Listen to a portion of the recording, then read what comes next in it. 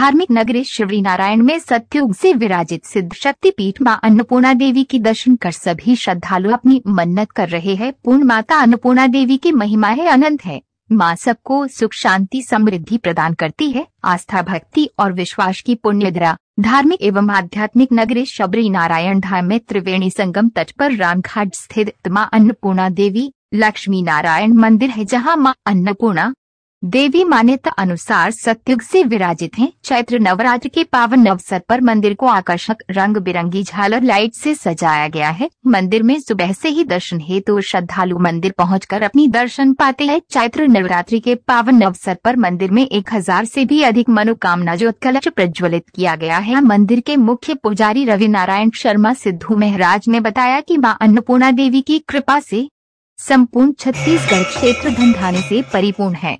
इस जगह में स्थान में सतयुग से विराजित हैं और अनेक कालखंडों में अलग अलग लोगों के द्वारा मंदिर की स्थापना की गई और तब से लेकर आज तक मां अन्नपूर्णा की महिमा अपार महिमा बनी भक्तों के ऊपर बनी हुई है और पूरे क्षेत्रवासियों के द्वारा अपनी मनोकामना पूरा करने के लिए माता में मनोकामना ज्योति कलश प्रज्वलित कराई जाती है और माता की कृपा से जो मनोकामना भक्तों के द्वारा रखा जाता है उनकी मनोकामना अनेकों वर्षों से पूरी होती आ रही है।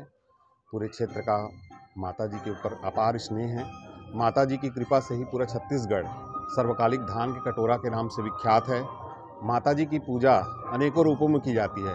हमारे छत्तीसगढ़ में जब प्राचीन काल में जब विग्रह की स्थापना नहीं होती थी तब से लेकर आज तक जमारा के रूप में हमारे छत्तीसगढ़ में जमारा के रूप में भक्तों के द्वारा नवरात्रि पर्व में जमारा के रूप में माता जी की आराधना चली आ रही है। जमारा की अपार महिमा है। जमारा की पूजा मां अन्नपूर्णा के निमित्त ही की जाती है, तो शक्ति पूजा में जमारा की पूजा अनिवार्य रहती है और इसी से मां अन्नपूर्णा की महिमा पता चलता है और मां अन्नपूर्णा की ही कृपा से पूरा ये सृष्टि संचालित है।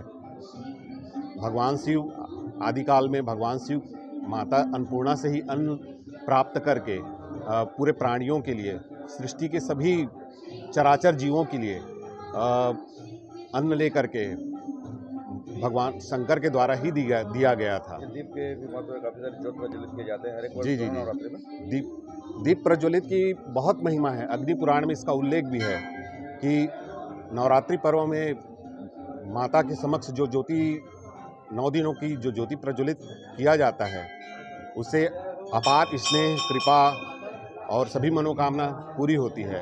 अनेकों पुराणों में इसका उल्लेख है और भक्तों को कहीं किसी भी देवी स्थान में, अगर देवी स्थान में नहीं तो घर में दीप प्रज्वलित करना ही चाहिए। माता की अपार कृपा प्राप्त होती है दीप प्रज्वलित करने से। तो हर किसी को नवरात्रि में किसी भी देवी स्थान में, अपने घर के देवी स्थान में दीप प्रज्वलित करना ही चाहिए।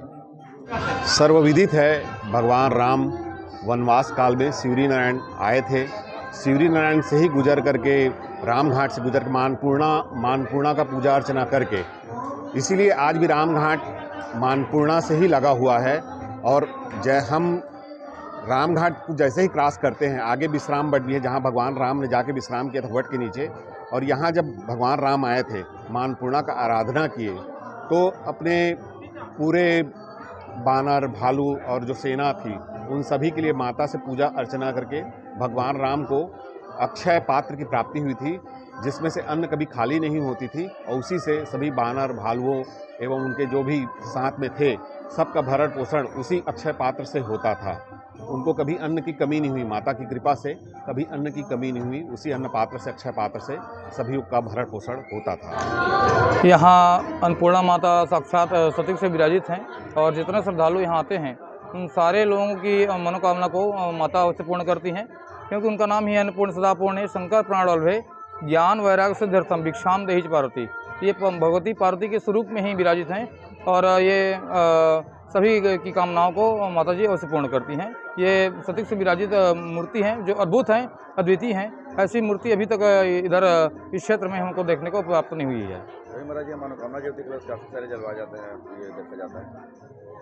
मनोकामना ज्योति कलश अन्य कारणों से भी जलाया जाता है। बहुत लोगों को ऐसा रहता है कि बहुत सारा कष्ट हो रहा है, शारीरिक मानसिक आर्थिक अनेक प्रकार के कष्ट हैं, तो ये तापों को समन करने के निमित्त में जो ज्योति कलश जलवाते हैं, उस ज्योति कलश का तात्पर्य यह है कि वैसी ज्योति हमारे जीवन में आए और हमारे जो मन में अंधकार है या हमारे जीवन में जो अंधकार है उस अंधकार को समाप्त करे।